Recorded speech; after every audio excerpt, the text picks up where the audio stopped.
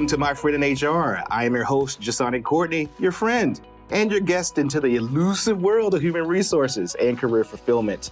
I'm glad you guys could join us. I'm sure you noticed something different. It's not just audio. We're coming to you live with video, so we'll see how this works. If I don't lose all my followers, because now that you see my face, I'll keep it going, but we'll rock and roll with that. You guys realize over the last few episodes, we've really spent a lot of time talking about getting that next opportunity. How do you get that next job? What things set you up for success for that interview process? And you heard me ramble for 3 or 4 episodes, but I thought it was really important to make sure that I brought in an expert. So I have Alejandra Villegas, and she is a seasoned recruiter. She's been in the recruiting industry for a number of years, and she's been a change agent, and she rocks and rolls when it comes to talent acquisition. And I thought it'd be really great to get it from the horse's mouth. Someone whose job it is to find that next crop of talent. She talks with leaders, she talks with executives, she talks with hiring managers, so she understands the needs and she understands where some candidates tend to fall short. So Alejandra, thanks for joining the show. Thanks for coming on board. No, absolutely. Super happy to be here. Excited to kind of share and hopefully make an impact on someone's career progression and search. So definitely excited to kind of share. She wants to make an impact too. So, see, she should be on the podcast full time. What do you think? Put it in the comments. Alejandra, yeah. But no, I'm glad you said that, because that's really what this podcast is about. It's about getting people that insight behind the lines about what it is that you see as a recruiter when people apply. Because I can say it as an HR professional, but literally your job is to talk to those folks. So we're going to dive right in. And so my first question is, we watch a lot of articles on LinkedIn. We talk about it being kind of an employees market at this point. Do you think that that's the case, employers market? What are you seeing right now? I do. I think there's a misconception. Obviously, we're kind of all aware of the recent layoffs across different verticals, specifically in the tech space. But that doesn't necessarily mean that it's an employer's market. I think it's kind of the opposite. I think employees, or candidates rather, are really still the driving force. We went through the Great Resignation, and now we're kind of moving into this new phase post-COVID. But what we're realizing is that candidates really still have options, especially the talent that we all want. They are the ones that companies are going to definitely go after. And I mean, I see it at my own company. We'll put all our cards out there sometimes if someone's just really, really hot. Still definitely an employees market. So employees market. So basically what you're saying is that candidates have a choice. Absolutely. And good people can find good jobs. Yes. It's out there. And it's not to say that, folks don't have challenges depending on what city you're in or what industry you're in. There's always going to be challenges, but you don't have to settle. Correct. There's choices out there. Great. So that's a great message for our listeners. So let's start at the beginning. So you got a new position. A candidate, a hiring manager has said, Alejandra, I need this person. I need my purple unicorn. This person with this exact skill set. And you post a position. When you start looking at resumes, what is the first thing that catches your attention on the resume? So, first of all, purple squirrels, purple unicorns, we get a lot of those. You have no idea. You know what, and we need to be careful. I want to make sure I don't use too many HR terms when we say purple unicorn. So when we say purple unicorn, purple horses, whatever, squirrels, what are we talking about? It's those very niche, hard to find, very technical kind of roles that maybe a candidate has very, very specific type of skill sets, right? That's kind of what we mean. But you asked, what is the first thing that you look at when you look at a resume? And I'll be honest, I look at the format. Did you spend some time on this? Or did you just throw whatever it was on a document and it just looks like a novel or one-page paragraph? That is what I look at. Is it easy to read? And then I just kind of dissect it from there. So let's take a mid-level career person. Sure. And you get their resume. In one of my podcast episodes, I said, really, you should keep your resume down to 2, maybe 3 pages. What's your opinion? I think 2 tops. Okay.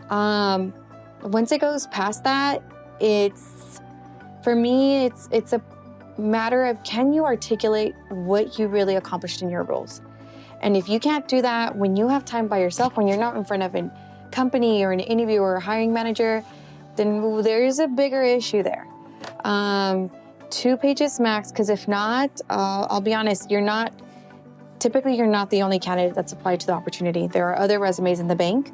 And if I compare it to someone else's that has spent the time to really focus and zone in on what value they can bring to my company, then it gets a little washy there. So, and this may be a little selfish to say, but should the candidate keep the recruiter in mind when they're getting their resume together? Meaning, you and your team review scores and scores of resumes a day. And so, does it benefit a candidate to look, let me make it easy for them to select me? Yes. I know it seems like an obvious question, comment, but so what does that mean? So if I'm getting ready to apply for a job, how do I make it easy for you? You talked about formatting, you talked about the attention to detail, but how do I make it easy for you to select me to call me in for an interview? So you kind of mentioned it also in one of your other previous episodes. What? You listen to my podcast? Yes, I heard all 4 episodes. Dear Diary. Alejandra. I did. Awesome. Wanted to make sure what I was walking into, right? I had to do my research. I'd never ambush you. I never would. But no, definitely, Jasani kind of hit it on the nail there. It's about keeping who is your audience, right? Is it the recruiter? Is it the hiring manager? Because we all do see your resume. So if you want to stand out, it really is about how are you presenting yourself? Because that is what a resume is. It's that very first impression we get of a candidate. And that's one thing you guys should all keep in mind of when you're job hunting. What do I want to tell people about myself through a piece of paper? Right. And so being able to portray that is important. Right. One of the things I put in episode 1 of the podcast was that, your career is kind of like a novel. And the jobs you have are like the chapters in that. And you want the resume to be a story that the recruiter wants to learn more. They want to give you a concept. Oh, this person looks great. So that formatting, making it easy for you. 2 pages. And she said it. 2 pages max. Those novels you guys got out there, cut it out. And I've actually talked to candidates in one of my previous lives where they say, "Well, but I've done so much, and I've maybe it's a R&D position, and they've written all these papers, and they want you to know how smart they are." What do you say to folks like that? They're like, "I've had a 20-year career. It's hard for me to condense that in 2 pages." What do you tell to a professional like that? I think it comes down to what from your previous experience is easily relatable and easily transferable to the specific new role that you're targeting.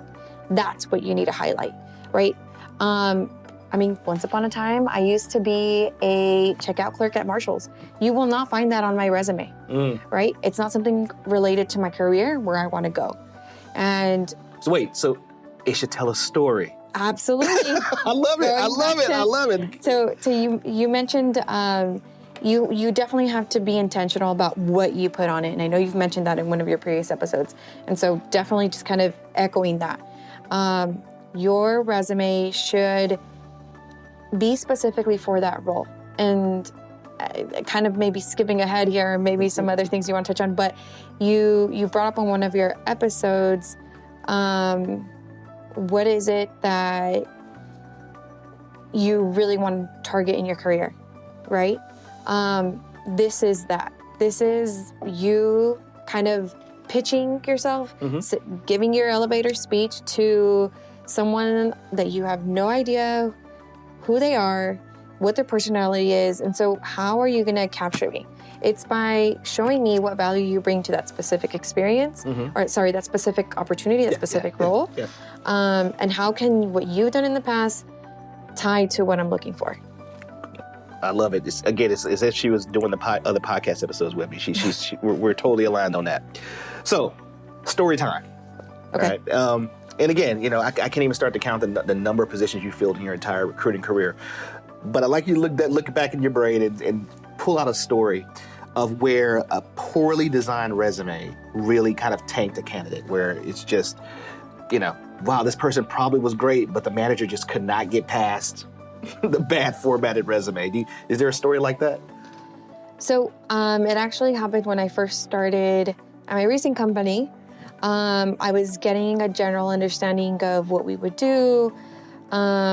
And it actually happened with an internal candidate. Oh, really? Yep. So the person already worked at the company Yep. where they were applying. Okay. And so they thought that because they had been here, they didn't really need to brag about themselves. It seemed like they literally took the job description, pasted it in the resume, and submitted that. Wow. As well as attaching a bunch of different certificates. And I went back and I told them, hey, trust me, we understand the value you've brought to our company in the past, and even most recently, but we want to know a little bit more about how you feel that translates to this new role. It's something outside of what you've done before, really helped me understand the connection here. Right. And they just didn't see the point in that.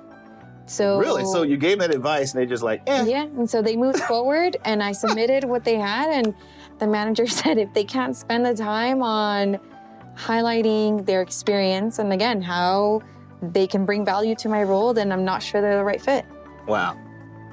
That's unfortunate. I mean, just because they didn't put enough time into the resume, they lost out on a potential opportunity. That's unfortunate. I mean, it's one thing if you're not qualified. It's one thing if you don't have the skills and things like that. But to lose out just because of a lack of effort, I mean, that's one thing I also mentioned on episode 3, I believe. It says, you want to put your best foot forward. Of course. It's almost like take it like a first date. You want to put on the best form. You want to put on your best suit. You want to, go ahead and get the crap out of your smell hair. Nice. Yeah, you want to bring your best self, right? Great. So appreciate that. So let's move forward and let's talk a little bit about the interview. Okay. And so now you found a couple of candidates. Well, first, just for people's awareness, and I also want to bring awareness to people who really want to understand like the interviewing part, like what recruiters go through. So for a typical position, it's not a purple unicorn. Got it. We definitely filter through, and we probably do, from those 100, we'll probably cut back to 15 pre-screens. They'll screen with me, and from there, I'll only present 5 to my hiring manager at max. Right, because you don't want to bombard the manager with a bunch of There's resumes. no reason to muddy the waters there. They already have other things going on, and the last thing I want to do is confuse them. Right. So why did I ask Alejandra that question? And that's because everything counts. Yep. Right? You're competing against another 99 folks potentially that applied over the weekend for the same job you want. And so she just said it. Up to 5 will make it to the hiring manager. So you want to do everything you can to be on that top 5. So that means formatting, that means alignment, that means all those things we've talked about keeping your resume top notch and presenting your best self. So when we talked about the interview, what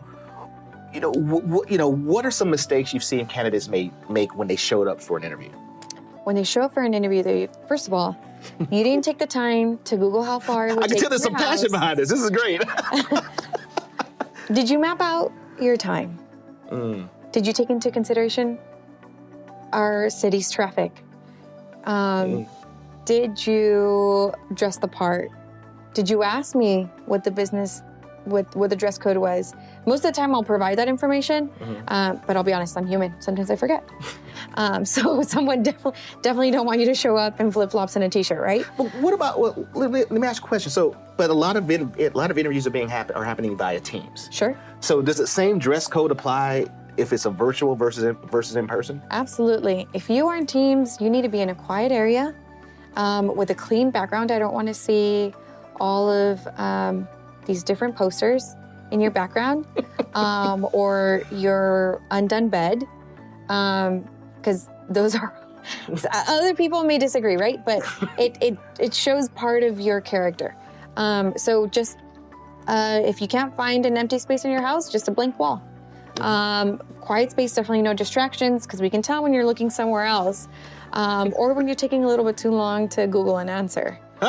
So wait, you've had that? Somebody's like, yeah, for technical conversation, we definitely, it happens.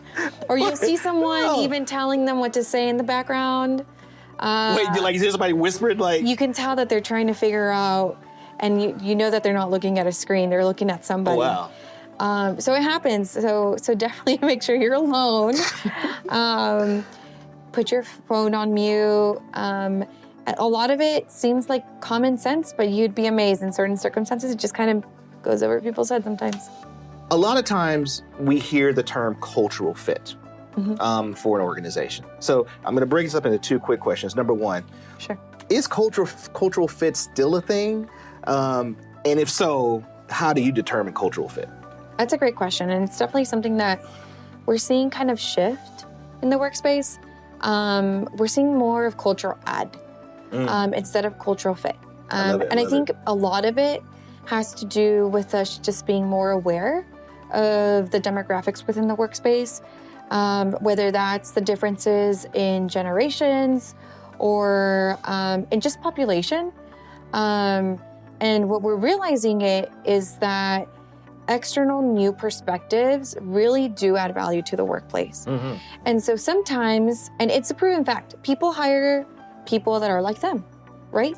And I'm not definitely not saying or knocking it, but what we've come to realize is that a cultural add definitely brings more value. Absolutely. And what we're seeing is that we are now assessing as to, can this person work collaboratively with these people while providing new ideas, a fresh perspective, and just a brand new way of doing things, while still meeting the value of the team, meeting that business goal. Because, let's be honest, that is what we're all employed, to bring value to the organization and accomplish something together.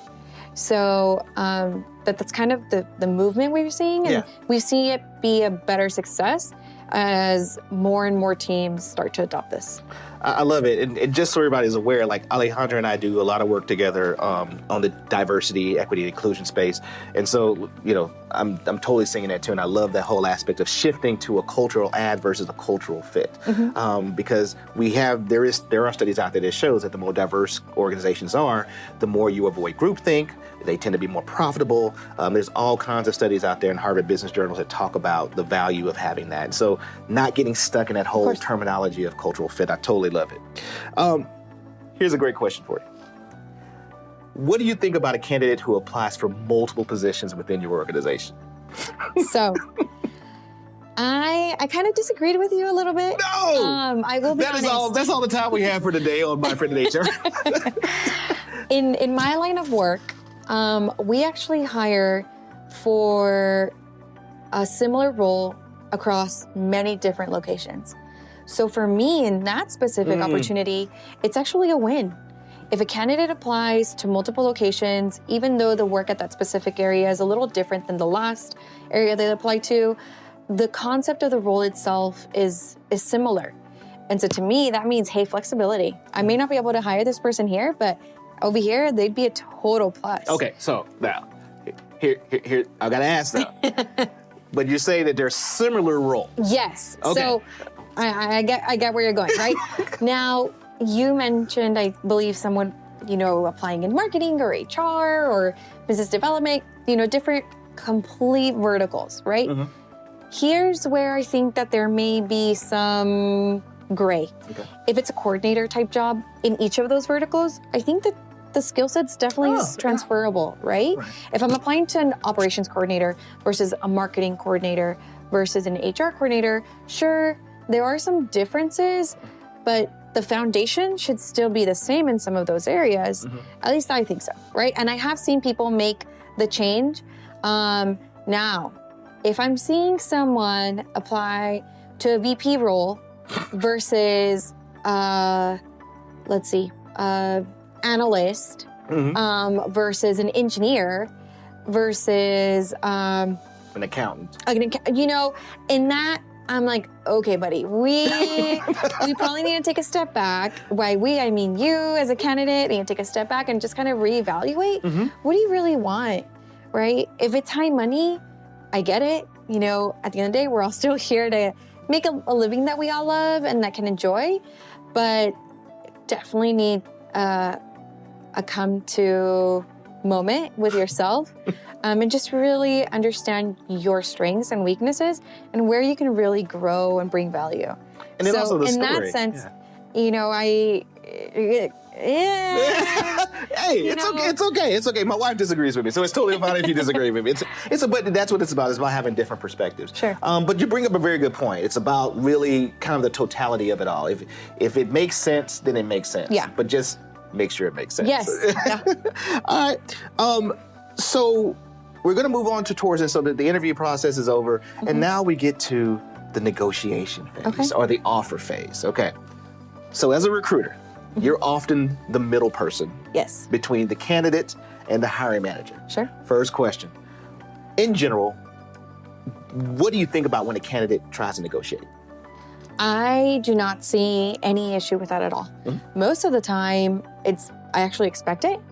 It's very seldom that I'll have a candidate that just kind of accepts on the first offer, unless, and I think you touched on this in the podcast, actually, you did, unless you told me up front, hey, this is what I'm expecting, and I tell you, you know what, that's outside of my comp band, but I really think you could bring value, and me as a recruiter are going to go to bat for you, and probably the hiring manager too, because I know that they're going to like you. So we go to bat, get the budget approval for that increase, and then we bring it to you at what you said you would accept. And then guess what? You tell me, you know what? I actually wanted a bit more. Oof. Oof. That is very tough. Yeah, that's because I've been trying, one thing I do pride myself is transparency. I'm going to be upfront with you. Hey, these are my constraints, and I will put it in your court. Is this still something you want to explore? And if you tell me yes, then we move forward, right? Right. But if at front, I was honest with you, I expect you to reciprocate that. And down the line, if we're getting, you're our lead, we're whining and dining you, and you come back with that, it's just kind of questionable. Form. Yeah. It's like, oof, are they going to do something similar within the role? Yeah. This person's going to be interacting with XYZ. Are they going to do something that kind of stems from that? And so, yeah, it's definitely bad form. But otherwise, there's absolutely nothing wrong with negotiating, right? If you tell me, hey, I'm looking for 60 to 70, right? Okay. I come back and I'm like, we want to offer you 60K. And you come back, you're like, you know what? I know I told you it was 60 to 70. You're offering me kind of at the low end of that. Is there any way that we can wiggle to 65? Definitely nothing wrong with that, because you were upfront about what your expectations were, and you've come to know a little bit more about the role, and you see maybe now you're taking into account, hey, you know what? This place is about 10, 15 minutes away further than my last job. So that's more wear and tear on my car, more mileage. Maybe I got to pay for an extra toll or two. So you're factoring all those things now. And I understand that, right? Yeah.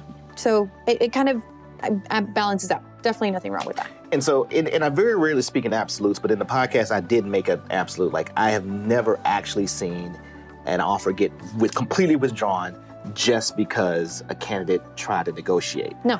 But where they go wrong is how they choose to negotiate. Yes. If it becomes adversarial or something like that, then that becomes more of a starting off at the bad foot with a manager, and then the manager may say, "Whoa, what am I potentially bringing into my team?" Exactly.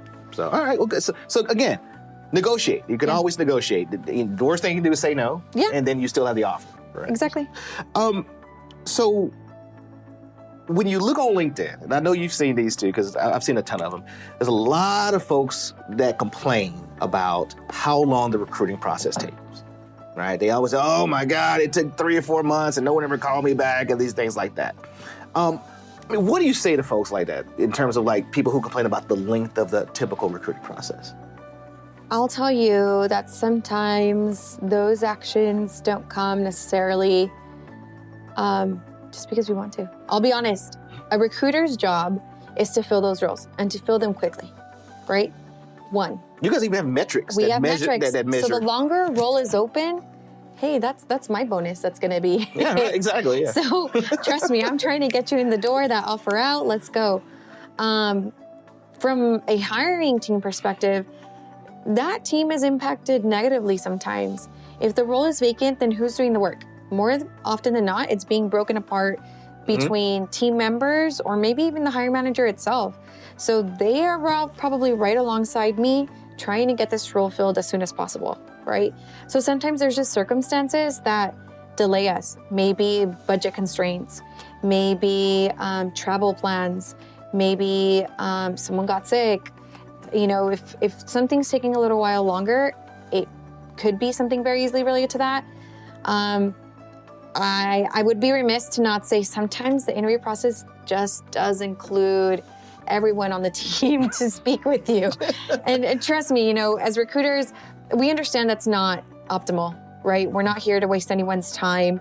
But sometimes managers just really, really care about who they're bringing into the team, and they want to make sure that it's right. Mm-hmm. And so sometimes they really do just need to put someone through the vetting process. And unfortunately, sometimes that does just take a little while longer. Right. Now, there are companies out there though whose process just takes a long time? Yes. Yeah. And sometimes some even pride themselves in that. Yeah, yeah, because they think that in some strange, insane thinking, they think, oh, well, if it's long, then we're doing due diligence. Yes. Versus, okay, I fell in love. This is the person I want to bring in. Let's just commit and do that, right? So there you go. I mean, sometimes it's internal situations that the candidate's not always aware of. Mm-hmm. Sometimes that's just the nature of the company. If you want to work for these big companies, these big, name companies, I won't name the name of them, but I know 2 or 3 off the top of my head. You just know when you hit apply, you hit submit, it may be 30 days before you hear from somebody, right? So getting towards the end of this, same thing, you also hear from candidates, oh, the recruiter never called me back. I feel like if they're going to reject me, I shouldn't just get the cold. We've picked someone else that best matches the skill set that we tend to put in our applicant tracking system. What do you say to folks who's like, I feel like you should call everybody back who's applied? You guys can't see her face right now. Maybe you can see the twitch of her eye. What do you? We should have zoomed in on that. But seriously, I've read. I couldn't tell you. And me being a former recruiter, I get it, right? In my viewpoint, you said a minute ago. Sometimes it's 100 resumes, and you have to screen, you have to interview, you have to pre-screen, and all these things. And then the candidate's like, well, I never heard back. I applied, never heard back. I mean, what do you say to folks like that? I'll tell you that... She's trying to give a thoughtful answer. It's so great, so great. No, to be honest, behind every platform, behind all of these hundreds of applications, there is only a person, right? And there are only so many hours in a day. And we really do have to sometimes lean on our systems to keep the business going forward. And some people forget that we're people too. And I say that because we know that there's people that are actively applying and that are trying to find a new career and that do have bills to pay on the other side of this paper. I mean, we work with people. We're a people person. So we're not completely out of the notion that, hey, you need a response. We need to be able to get back to you. Sometimes, I'll be honest, it's just really difficult to do that one-on-one touch. But trust, we really do strive to get back to y'all. Absolutely. It's just sometimes impossible to do that and still keep the ball rolling from a business perspective, which is why we do lean on AI platforms or applicant tracking systems to help us with some of those automated functions once we've reviewed resumes, to kind of move them into that next phase of, hey, thanks for applying, but just not the right fit for this role. And I'm glad you brought up AI because that was one question I was going to ask, but I chose not to. But since you brought it up, there's also this sense of like there's more AI involved. Yeah. So they're saying, oh, well, there's not a person. And so now either through Boolean searches or whatever the case is, my resume is going to be taken out and no one ever reads it. But if you read my resume, I'm the top candidate and things like that. And you just mentioned that somewhere behind that, there's still a person. Yes. What do you think about AI becoming more involved in the recruiting process as in terms of, do you think it's going to continue to help you guys or? I think that, and it's so funny, I was actually just having a conversation with my colleague the other day about this. They were actually saying, we're going to get left without jobs because of it. The recruiters? Well, not on my team, actually, a peer in HR. Yeah. And I actually told them, no, it's actually the opposite. I think you need to be able to embrace it and leverage it. Because if you don't, then you will get left behind. I think there's so much technology out there that if you learn how to use it right, it really does save you time, but it teaches you something, you bring more value.